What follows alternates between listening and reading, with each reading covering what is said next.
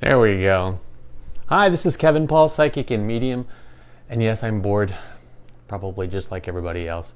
And I thought I'd do a quick Q&A, which would give everyone a chance to interact, ask some questions. Any questions, no readings today, but all sorts of fun questions. And I think I'm going to start with, since I'm waiting for some folks to join in, is some of the readings that I have been doing recently, the mediumship readings, evidential mediumship readings. And I've had some amazing experiences that I wanted to share with some folks. While we're waiting for folks to come in, let's see if I guess everyone can hear me, right? Hi. Just say hello in the comments. This is interactive. I think I'm all right. I'm in good shape here. So recently I call it my free Thursday readings. So on Thursdays I provide a couple of free mediumship readings, which is a good practice for me, but it's also a way of giving back to the world, to the folks who follow me, to people who actually need healing, because mediumship readings are all about healing, and the healing that comes with bringing back a reunion. And when I have witnessed and experienced and been, it's been an honor for me to be the medium and to paint back that reunion for many people, that it's just sometimes profound, and it brings people, makes them very emotional, and it kind of makes me emotional as well, because I'm basically like the intermediary between your loved one and you. So some of the interesting experience I've had is just recently I had one, and this is the first time, is when I felt the presence of a female, and then I felt that it was a mother of this person who I was talking to over the phone. And when that person came through, she was giving me all sorts of evidence of who she was. She liked to sing. She baked brownies, some really interesting details. And the woman was like, that sounds like my mother, but my mother is still alive. And I thought, okay. And usually when that happens, it's like, okay, she gave me some more detail, but she says she has Alzheimer's, and she's in a home right now, and we can't reach her, we can't talk to her. But I thought, wow, okay. I remember in school learning that many times you can, connect with those people who have Alzheimer's, because basically they have one foot or one hand in kind of worlds, this world and the spirit world. And so I thought, this is interesting. This will be a first. This will be great fun. Hi, Edgar. So I was able to communicate with this woman's mother, who has Alzheimer's and has had it for a while, and wanted to provide her a beautiful message. And it was basically, she's thanking her for the caregiving and the attention that she is providing her, even though she told me that she was unable. She says, I know I have not been able to let you know this, but I want to let you know this now. So this woman's mother was able to communicate, because being in Alzheimer's, you can communicate with your loved ones, and you see your loved ones, so you kind of have that foot in both worlds, and are able to kind of, and you don't realize that. You think your parents are still there. If you see your past mother, your father, if you have Alzheimer's, you're just having a communication. So your mind allows you to kind of bridge both worlds. And this was really an amazing experience for me to be able to channel a beautiful message from a woman who is suffering from Alzheimer's, and wanted to thank her daughter for all the care and love and attention that she was giving her. And she's realized, I just have not been able to tell you that, and I wanted to let you know. So, and this woman has not been able to see her mother since she's down in lockdown. So it was just really moving for me as well, to be able to communicate, to realize, oh, that's right, I remember that in school, that we can actually communicate with those people who are in that Alzheimer's state. So it was really a fascinating reading, and I was really honored to be able to give some or paint this reunion back to life with this woman. So that was a lot of fun recently. Let's see, Jennifer, do you see the people who have passed the way they looked in life? Let's see, do you see the people who have passed the way they looked? Oh, okay. All right, Jennifer. Good question. Do I see people who have passed the way they looked in life? I am not a clairvoyant, so I'm not going to see your past mother sitting here in the living room. But I do, as a clairsentient, I'm able to feel, and sometimes clairvoyant, subjectively, I can see it in my mind. I don't typically get a visual of what people look like because it's a description. They can present themselves any way they want. Maybe my mother, who was 80-something years old when she passed, would prefer to present herself as a young 20-something-year-old pretty woman.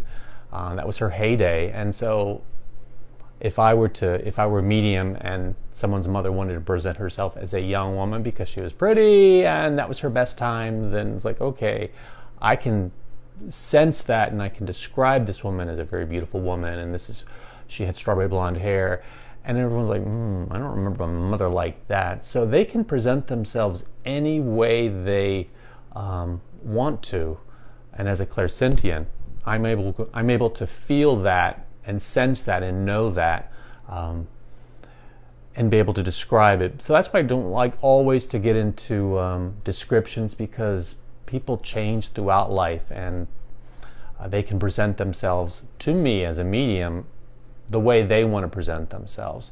And it can be at the beginning, it can be towards the middle, their heydays, it can be at the end. Most people, they don't typically like to, if they're really, elderly, they don't really love to like present themselves and give me information and evidence of when they were really old or crippled or whatever, unless I ask for real specific evidence, like how you passed and so on and so forth. So I typically just will get a sense of who are their personality. I like to paint people back by their personality, paint them back to life through their personality rather than what they look like. Because as you all know, we've all looked differently throughout our lives. You can tell I shaved my head.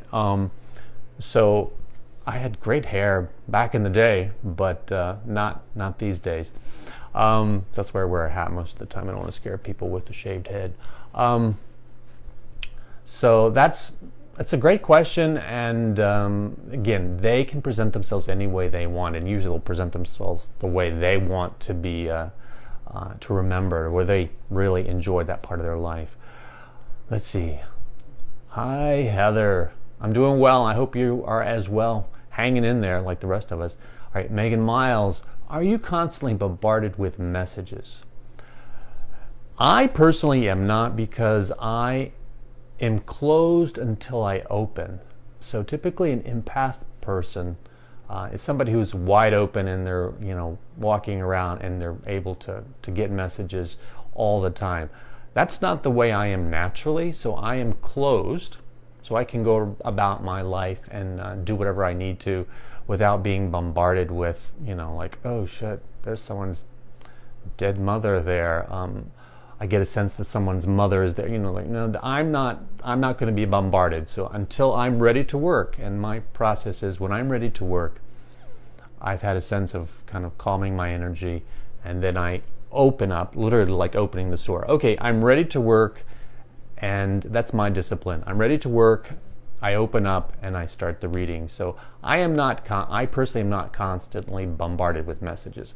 What I teach my students in my Academy of Real Magic, which is one-on-one coaching, is if you're wide open, you need to close and protect yourself during the day. That's what you really need to work on. Time to close, so when it's time to open, your doors are going to easily pop open.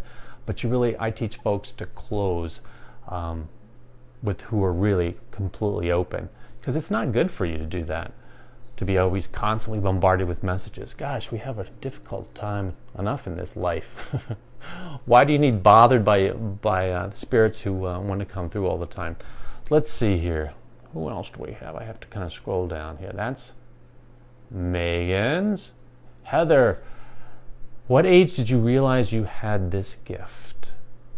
You know, I always knew that there was something more in life, and I wasn't, doing or seeing or experiencing things when I was really young. I think everyone has the ability to develop their psychic and mediumship skills. Everyone. And I have students in my class, my online class, my coaching class, that have very, very basic, had never had any experiences, and I can develop them to be able to do readings, to be able to read energy, to understand how they read energy. So I knew from very young that there was something more to life. I'm not sure what that was. I wasn't saying, what do you call those? Dark shadow figures running around my bedroom or talking to me or anything. So I wasn't terrorized like Amy was on, or is, when she was younger on the Dead Files. That was not my experience. Mine was a much more unfolding, like I knew there was more. I needed to go out and go search for what I felt was missing in life. What I knew was there, I knew there was more to it, and I just couldn't put my finger on it. So I had to kind of figure it out myself. And I did that when I was in my 20s, all of my 20s, and then figured out, the spiritual life, and then the psychic and mediumship skills within a spiritual life. So it was something I had to develop. I mean, you really have to work on it. Even you may be clairvoyant, naturally clairvoyant and seeing things, but you really have to study and practice, because there are skills there that you have to be able to hone and to understand, what your abilities are and train them. You're just like an athlete. You have to train. You have to get good instruction.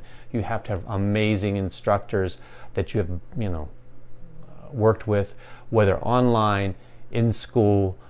Like I went to Arthur Findlay College last year, which is basically the Hogwarts of mediumship and psychic development. That's like the Olympics of the Harvard of all training. But you can get training anywhere. One-on-one, like I provide. You can do it online on your own. There are some Zoom courses. It could be anything.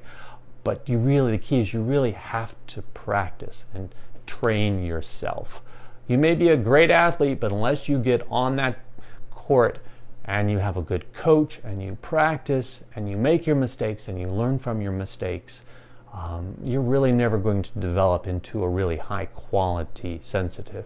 So it does take training, it does take some skill, but I think everyone can be taught to develop their abilities. And some, of course, are going to be really good at it, and some are going to have to work much harder to get to a decent level. So just like anything, I mean, I can teach anyone to play the piano, 1, 2 fingers, and that's maybe all they can do. Maybe some people can do a couple of hands. Some will be able to do a little concert for their friends. Maybe some people will be able to do it professionally. Some people to teach it, just like anything. So that's the way I look at it. So I say when I realized I had this gift was, I say in my early 20s, 19, 20, and that started me on my hunt. Thank you, Heather, for your question. Let's see. It looks like Ashley. Ashley. My son has abilities and is bothered by the spirit of an angry girl. I saged and had him yell at her to leave him alone. Not working. What can I do to help? Good question. I would say, if it were me and I was talking to your son, I would first of all understand what his abilities are exactly. And then I would find out I think for your son, it depends on his age, Ashley, is he needs to learn to create boundaries. He needs to make sure that he secures his room, for example. If he's being bothered just in his room, for example, that's probably where it is. He needs to seal his room. He needs to take control and claim his space and not allow. Basically, I always tell people, you are much stronger than the spirits that are trying to contact you if they're trying to bother you. So I would try to give your son the confidence. There's an article I have on my website, kevinpaulpsychicmedium.com, about claiming your space if you're afraid to sleep or whatever. Same skills there. You need to claim your space with an intention to say, this is my space. You are not allowed in here. But you have to understand, and you have to have you really have to understand that you have much more strength with your intent, and not feel like, oh gosh, what is this person going to do to me? No, you have to. I would tell your son that you have the ability to keep that spirit out, and you do it by claiming your space, claiming your bubble, claiming your room. So just saging is not going to do it. Yelling at her, not going to do it. He has to absolutely claim his space and say, this is my room. No one is allowed in here. And whatever the girl's name is, or if she, you are not allowed here. This is my space.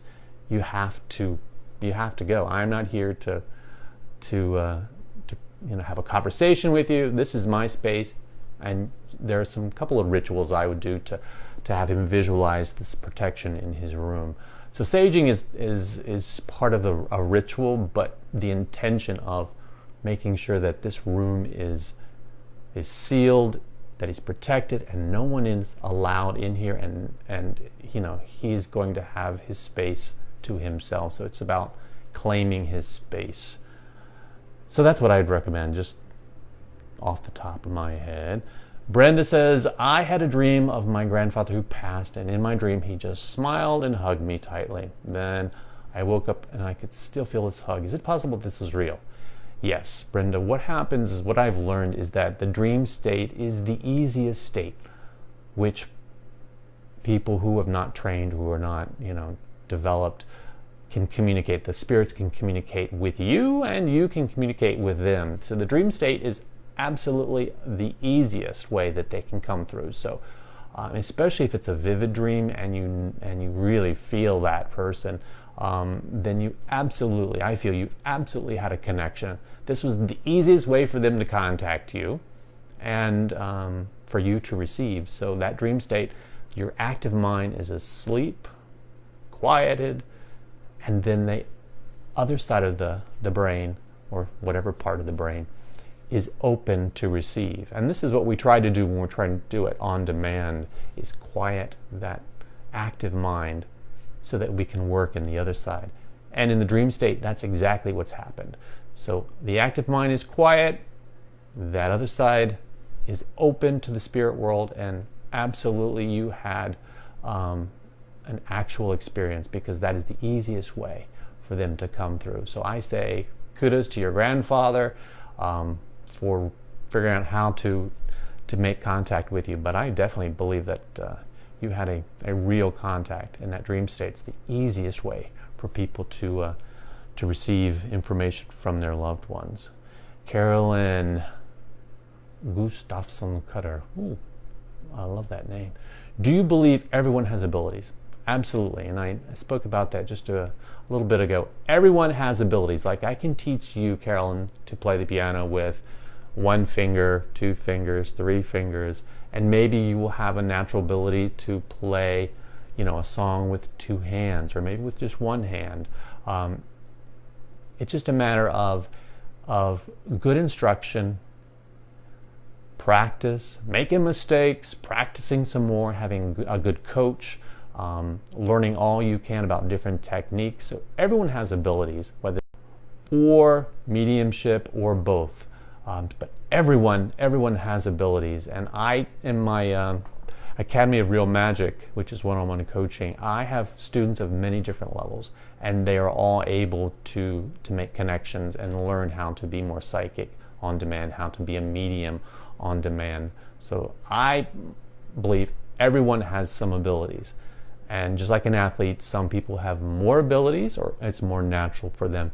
And therefore, it's easier for them to do it. It's easier for them to play basketball or play the piano. But everyone can learn to do it. So I agree. Everyone has abilities. I love teaching folks how to develop them. Oh, where's my water? Hi, Valerie from Texas. How are things in Texas? Probably just like here in Washington, D.C. Boring. Everyone's nervous. Everyone's anxious. Okay, he's 14 and thank you. Okay, Ashley. Yeah, he's 14. Yeah, go to my website. Read that article about claiming your space. I think it may be called Afraid to Sleep, Claim Your Space. Same technique would apply. Have him take control of his room. He is in charge and he needs to know this and protect himself in his sacred space, his room. Let's see here. Corey. All right, let's see where I am. Corey, do you believe... Oh, no, that's Carolyn. I swear these little things here. Hello from Texas. Ashley, Corey, do you ever experience activity in waves, or is it constant if you allow it? Good question. Do I ever experience activity in waves? Well, as a trained psychic and medium, I only experience activity when I sit down and say, I'm ready to work, which is the way I prefer it. I don't want to be bombarded with activity or waves of information or whatever, because I'm always open and walking around receiving. It's just not healthy for anybody. So I only experience activities when I allow it, which means I sit down and I say, okay, now I'm going to open up and do the work. I'm going to do it on demand. So no, it's when I sit down and do some work and say, okay, let's see. I'm going to do this today. I'm going to be meeting with this person over the phone, because I do most of my readings over the phone. I just need a photograph of the person I'm talking to connect with their eyes. So it's just a matter of when I sit down and say, I'm ready to work, because I'm always closed. People who are always open, those are the ones who are always getting activity, which I don't think is really healthy. All right, Marvin, what does my cat think about me? Your cat loves you, I'm sure, Marvin. I see, it looks like a fox. Is that a cat or a fox in your emoji? I'm not really good at talking with animals, but I know some folks, like my good friend Edgar, some folks I've had, they're that's their specialty. They can communicate with animals. I'm not an animal kind of person. I don't have any animals myself, but I'm sure your cat loves you.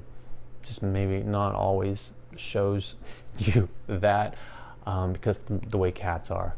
But there are many folks who are sensitives who connect with animals. They can read live animals, or they can kind of communicate with your past pets who have come back or who are always around you, and they're just kind of tapping into particular ones. I have gotten senses of animals when I'm doing a mediumship reading, and I couldn't quite figure out what the hell it was. I was like, I'm seeing this energy jumping in front of me, and I just thought it was a male energy. And I was like, what is this, a little boy? Since I don't see, I had a sense of it, but I couldn't get like a personality other than this high energy, particular young male. And I was like, what the hell is this? This is a non-space. And then eventually the person on the line had just said, could it be my dog? I was like, oh shit. And it took me a second, and then I started tapping into this energy. In fact, it was a dog. I couldn't tell you what it looked like. Even if I saw it in my mind, I couldn't tell you. I couldn't identify the dog. It was like, ooh, I don't know. But I got a sense of this dog's energy, and this high energy, and his jumping, and his just hyperness, and so that was the most I've gotten from animals. So that's not my specialty. People are my specialty. Okay, Natasha, do you have any book recommendations to learn about abilities? I don't know any. I'm sure there's a million books out there on. I would just do a search on whether you want psychic or mediumship ability development. So that's the key. So know, folks, that your psychic ability is you connecting with, or a psychic connects with a living person, past, present, and future. You can connect with the living energy. And a medium is someone who's going to be able to connect with someone's past loved ones.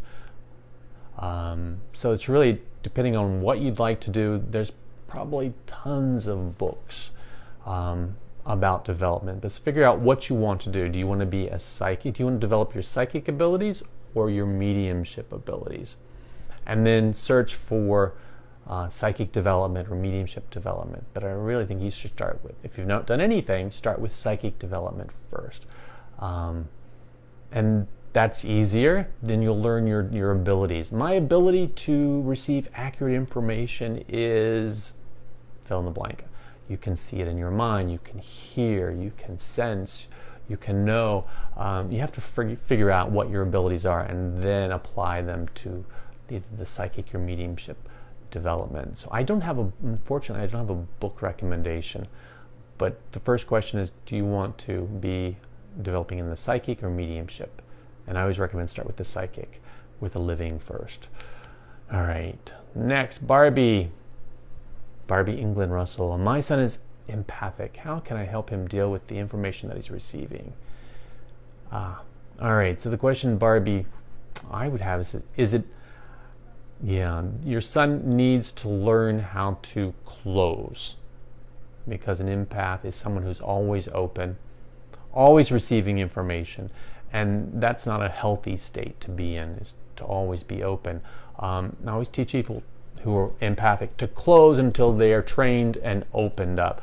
So I would recommend for your son that he needs to learn to close, to see himself closing and protecting himself. And there are a lot of different techniques on doing that. And I'd be happy to do a one-on-one consultation rather than just which is an hour of talking with you and him and giving you guys some really great techniques and understanding what his empathic ability is and how it's bothering him. That rather than just this 30-second answer here. But the key is he needs to learn to close, to manage closing, because right now he's always open and he's receiving all sorts of information. And I don't know, you can't really help him deal with it with the information he's receiving, because I'm not sure what he's receiving, and if it's bothering him, that's not good. But I say the first thing for an empath is they need to learn how to close and how to protect themselves, so they're not always being bombarded with this information. And once he's trained and knows what to do when he does and open up and starts receiving, or when he does receive information, when he just kind of spontaneously opens when he's trying to keep himself closed. It's just a matter of what kind of information he's receiving. So it's a matter of understanding a little bit more about what's going on there with your son. But empaths, number one, need to learn how to close, to protect themselves, because there's a lot of information. If you're not trained to understand what you're getting, then it can drive people crazy and frustrated and all of the above. It's just best to learn how to close first, and then understand what you need to do with it after you've closed. And then, okay, I'm going to open. All right, now what am I receiving? And now you know what to do with it. But yeah, close is number one. I'm kind of rattling here. Let me have a sip of water. I love answering questions. All right, Marie Rose. My dad comes to me in conversation all the time. We have a whole normal conversation in my mind. Okay. Is it possible that it is really happening, or is it just me coping and grieving? I feel both in awe and comfort. All right, so let me see here. Which Marie Rose. You're having a whole conversation in your mind. That's definitely it. It definitely is a clear. It sounds like it just depends on what the conversation is. I believe that you could easily have conversations with your past loved ones, and then if you're a sensitive and a natural sensitive, then you could have whole conversations. So I believe it's true that you're actually having a conversation with him. It depends on what the conversation is about, I guess, and what information, what is he talking to you about. So it's definitely very possible for your loved ones to have a communication with you, especially if you're sensitive. But not like 30-minute chit chats or anything. It just depends on what the conversation is about.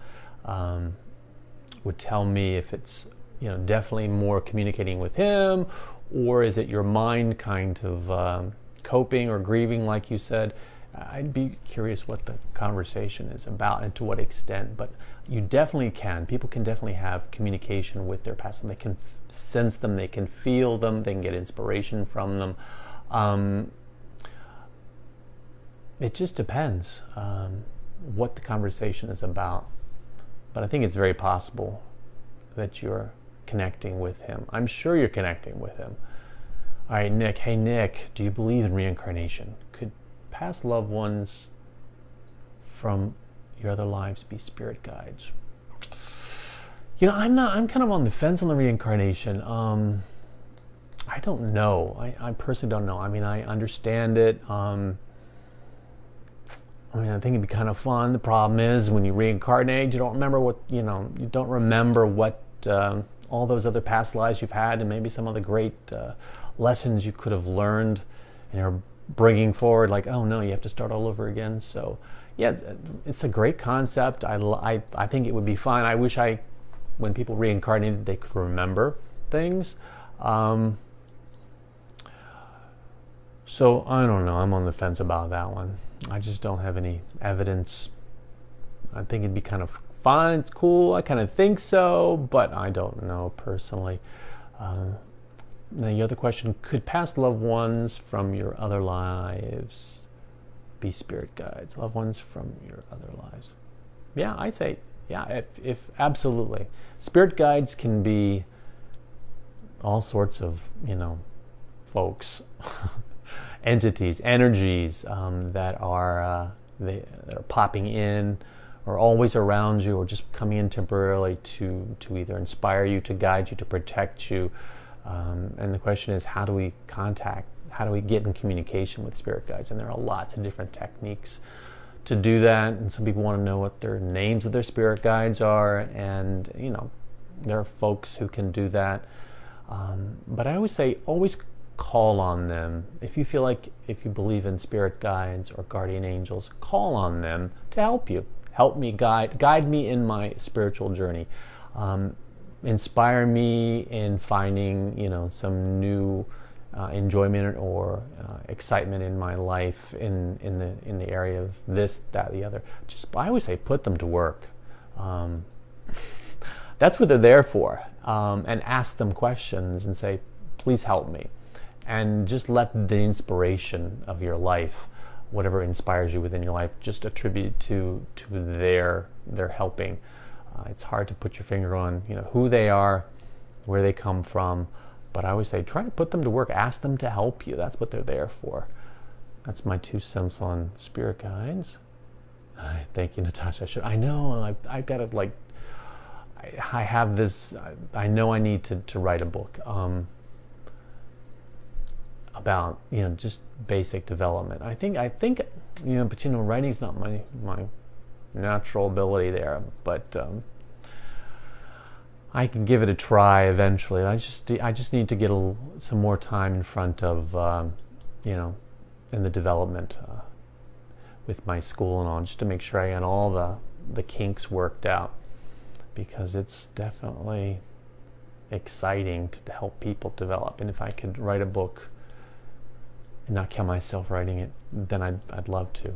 Sarah, I often talk out loud to my loved ones who have passed on. Can they hear me or do they know? Of course, yes, absolutely. Especially if you think. You don't even have to say it out loud. You could be having a conversation in your mind, I feel, and communicate with your past loved ones. So you can say it out loud, especially when you're alone, you can do that. Or you can, in your mind, have a conversation. Do a shout out, talk to them, ask them, to help you if you need help, or just acknowledge if you feel them or you sense. If your mother pops into your mind, then I always say, acknowledge that. Say, I just sensed you, Mother. Thank you. Love you. Hang out as long as you want. So yeah, definitely have communication. They definitely can hear you. Hear you in quotes, because you don't have to speak it out loud. You can do it all through your mind. In your mind, you can have the conversation. Hi, Teresa. Teresa's my sister. Barbie thinks that'd be great. Crean Grasso Hartman. Hello, can you help me channel my dad?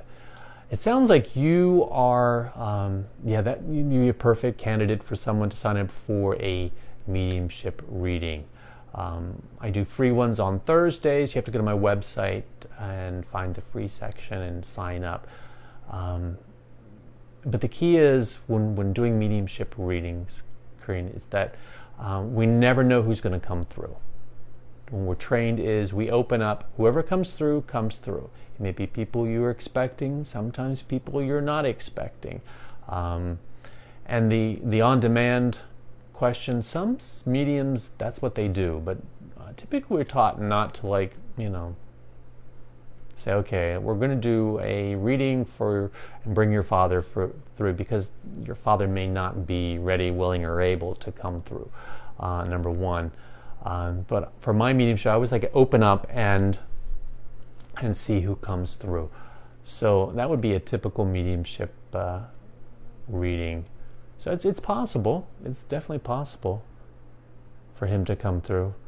All right, Marie Rose, the conversation we talk about is usually small talk and we joke. Oh, okay, it's usually, okay. If that's his personality, then that's what he would do. Keep it up. I'm sure he's there with you, Marie Rose. All right, Megan, hello from Philadelphia. Hey, Philly. I was just wondering when you haven't had dreams of. Let me see here. See if I'm reading this right. I was just wondering when you haven't had dreams of your loved ones. You haven't had. Oh, haven't had. Well, I don't know how to answer that one if you haven't. Many people don't have dreams of their past loved ones.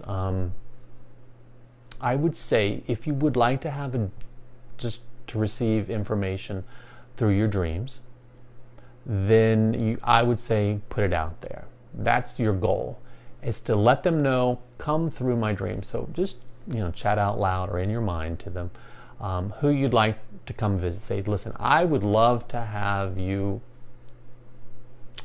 mom, dad, uncle, whoever you want, or your best friend. Say, hey, try to come through to me in my dream. Put it out there. See if they can make the request. If it hasn't happened now and it doesn't happen naturally, then make the request and see if you can make it happen by making that request to them and say, okay, this is what I'd like you to do. Try to come through my dreams. And typically, if it's a real vivid dream of them, you will know. You'd be like, wow. It's not like an old past. It's pretty vivid. I understand when it happens. I've had it happen very few times for me, but it'd be very vivid. So I say, ask them to try to come through your dream. Say you're open to it, and to see if that'll happen that way. Hey, Dan, Carolyn. Okay. Great, Carolyn. Go to my website and look for the Academy of Real Magic. That's my class, which is basically, I call it elementary school for people developing their psychic and mediumship abilities. And those are just tools in your toolkit for your spiritual journey. So definitely check it out on my website. Read about it. I think give a little chat about it as well. Hi, Teresa. I know everyone's bored. Isabel, my darling from Belgium. Big hugs back to you, too. All right, Marie Rose, good. I'm glad that makes you feel better. Megan Miles, astral projection. Ooh. Megan Miles, hang on. Astral projection. You know, it sounds like a lot of fun. I personally have not done it. I know people who have done it. So I have not done it personally. I know there are plenty of books and instructions on how to do that. And so I think it'd be just kind of like going on a roller coaster. I mean, it'd be kind of fun, but the question is, what are you going to get out of it? The fact that you can do it would be cool to do it on demand. Astral projection, doing it on demand would be great fun. So if you can do that, and there are lots of people who've written about how to do it, how-tos out there, you can give it a try, and then once you do it, okay, then you get a sense that, oh wow, I can actually leave my body and go somewhere else. To do what? Just, I mean, it'd be fascinating. It'd be fascinating, but the question is, okay, what are you going to do with it besides just be kind of entertained by it? Maybe it's a stepping stone to your spiritual development, realizing there's more to life than what's in this body. That could be it as well. But so there's tons of books on astral projection. If you're definitely interested, give it a try. I understand it's quite fun. I tried, but I couldn't quite get out of my body. So it didn't happen for me. So that's not my natural ability, Megan. But maybe it is going to be yours. I'm talking about Megan Miles. Let's see here. Mimi. Hi, Mimi from Topeka, Kansas.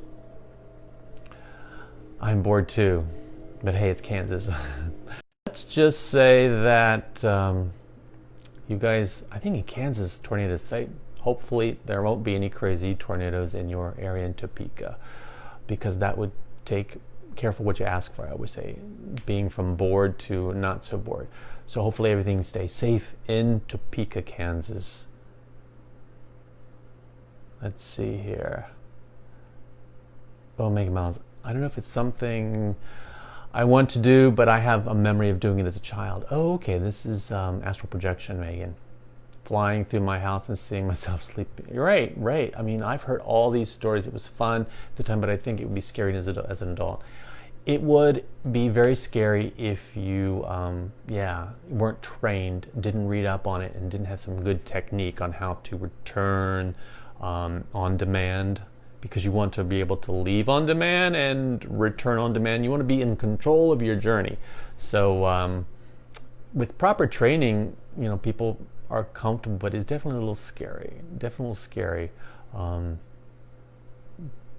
if you had no training. So get a good book and about it, and read about it, and see if you obviously have a natural ability to do it if you did it as a child. Let's see here. Christy Vaughn, Christy's from NYS, which is near Niagara Falls. Can you explain clairaudient, clairsentient, clairvoyant? Oh, baby, I can. Let me tell you, that's my specialty, to teach others about this. Sometimes I get confused with terminology. All right, you got quite a few questions here.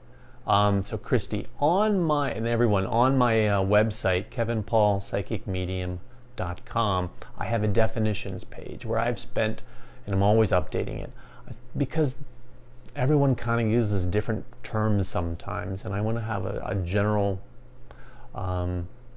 level playing field of terminology, because it's important. We're talking about the psychic sciences, or the world of spirituality, paranormal. It's important to understand the terminology. So I went in there to really explain each one of these.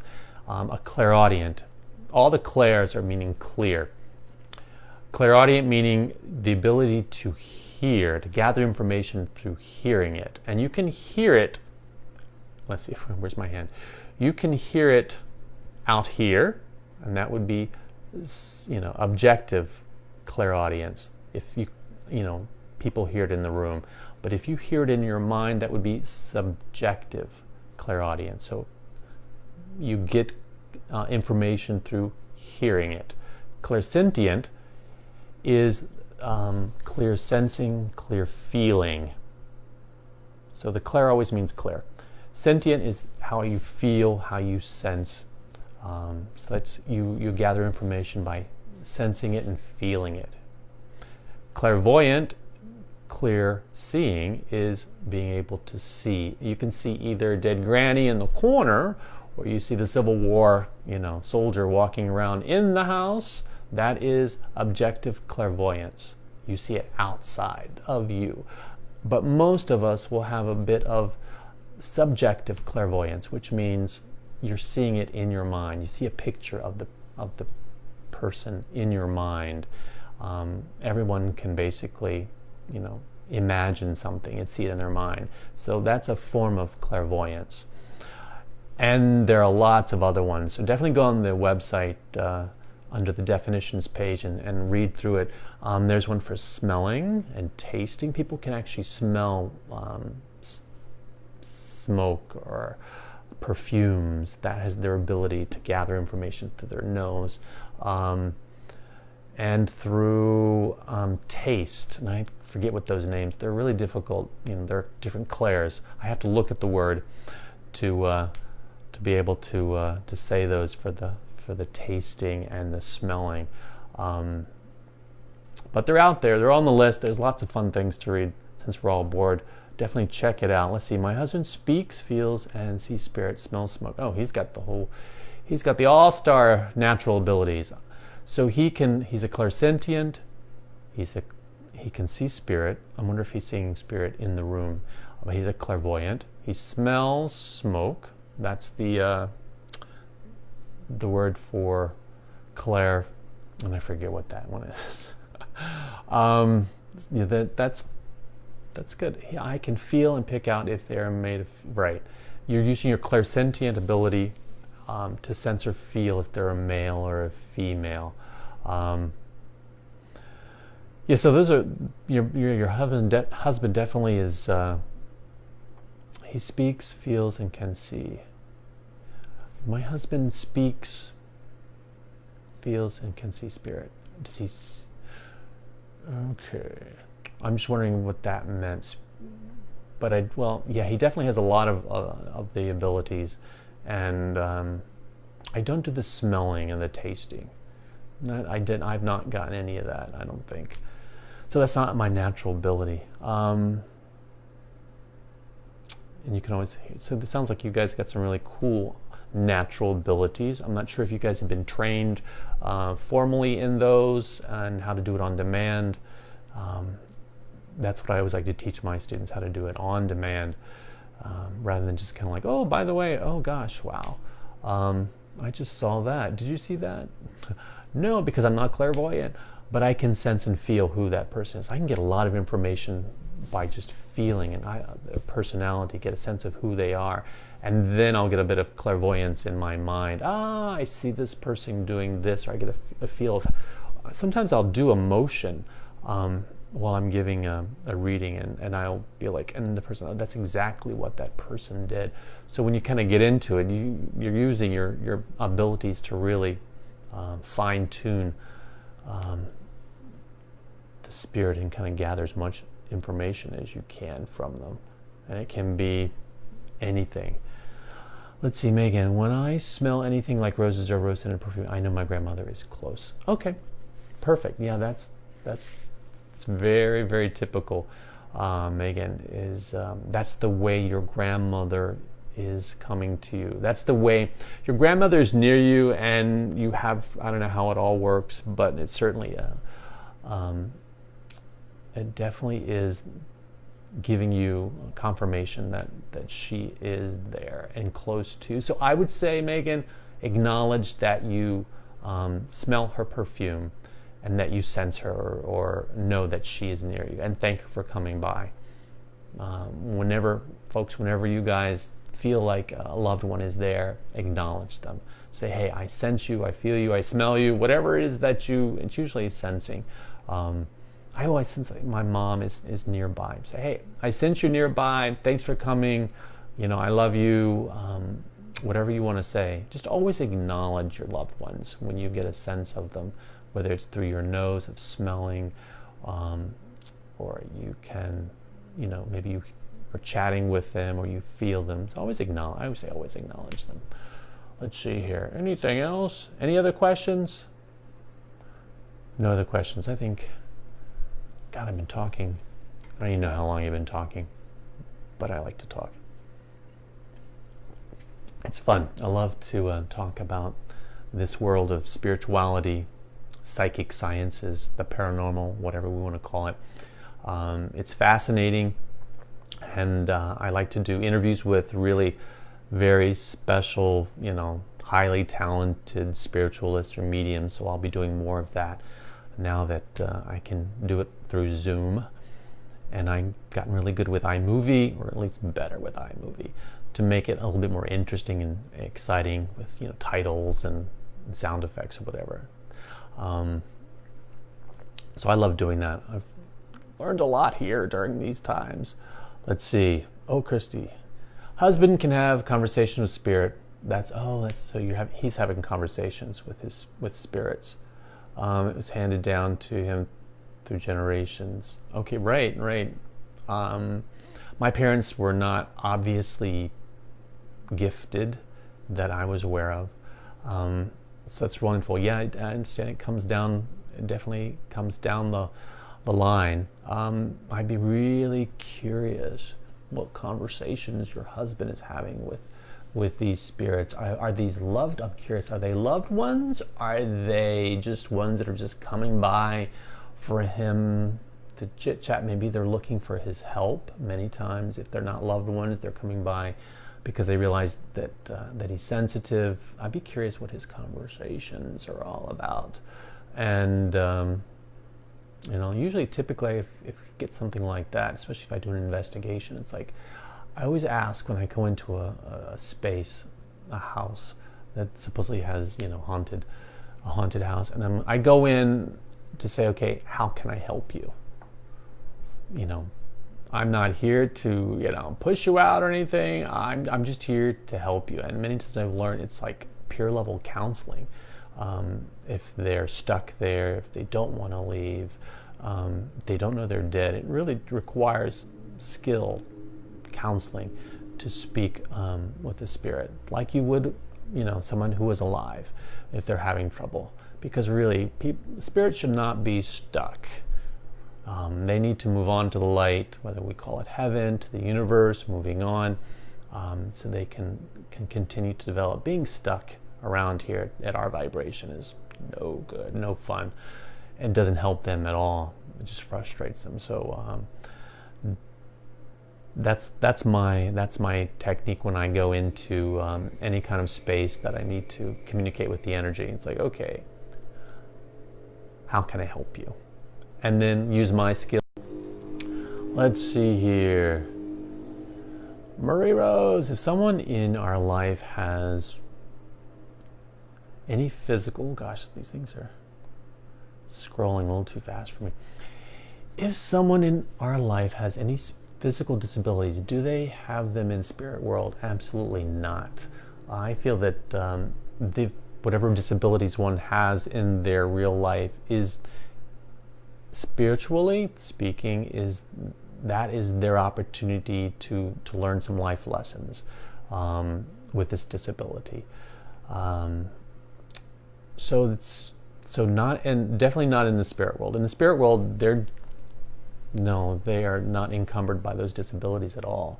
The disability is the life experience that they either chose to have or it came upon them. If they're reincarnating, if you believe in reincarnation, it's something. It's like, what's the life lesson? Why? What can they learn from having this disability? It can be anything, but in the physical world, the disability, I feel, is an opportunity for learning and being a unique individual and learning from different situations. But in the spirit world, absolutely not. I have not found any. I've talked with those who've had automobile accidents and they've passed, and I'm communicating with them to their loved one, and they're like, let them know I'm not in pain, I didn't feel it, or whatever. So no. The short answer, Marie Rose, is no. They do not have them in the spirit world. Let's see. Ahmad is watching. Hi there. All right, Christy speaks with our spirit. Oh, my grandmother used to. Oh, no, it's our fathers. Okay, cool. Yeah, it sounds like your husband is communicating and having a wonderful time. Has some really great skills. Sarah, how or why does a spirit? How and why does a spirit not know they are dead? Ooh, I know. What is that like for them? I've encountered that once, personally, Sarah, where this spirit was shot from behind. And for some reason, I just got the sense this did not realize he was dead. And he was kind of searching for his family. It's got a sense he felt like he was lost. He's trying to get back. He was out. I don't know if he was hunting or something. It was just kind of a weird activity that he was doing. He was outdoors. He was shot in the back. He didn't know he was dead, but he felt like he needed to get back home. And so what kept him, I think, from transitioning is he felt like he needed to go back and find his family. Or just get back to his family. And for some reason was more on the search for trying to find them in this earthly plane rather than moving on. So somehow he missed that opportunity. I'm not sure exactly how they many times it's a sudden death, perhaps, not always.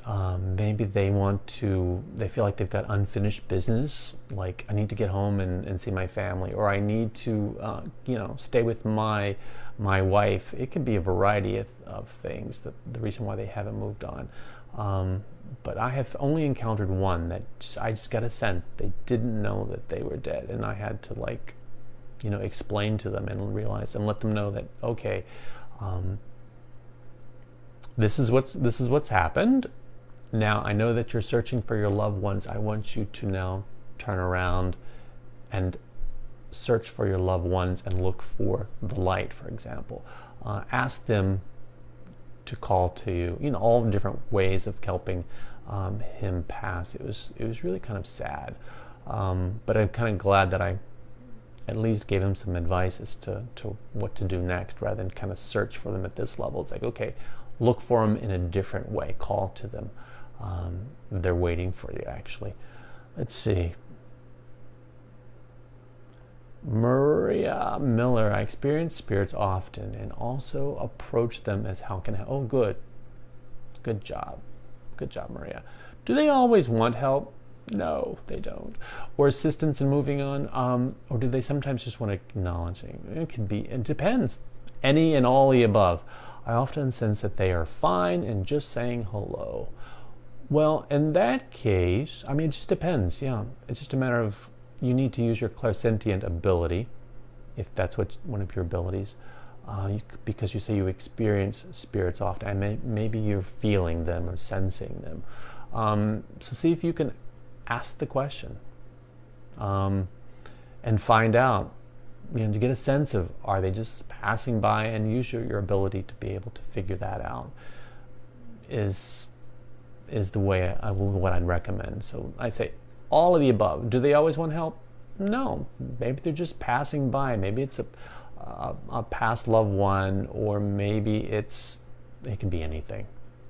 So no, they don't always need assistance moving on. Maybe they've already moved on and they're coming back.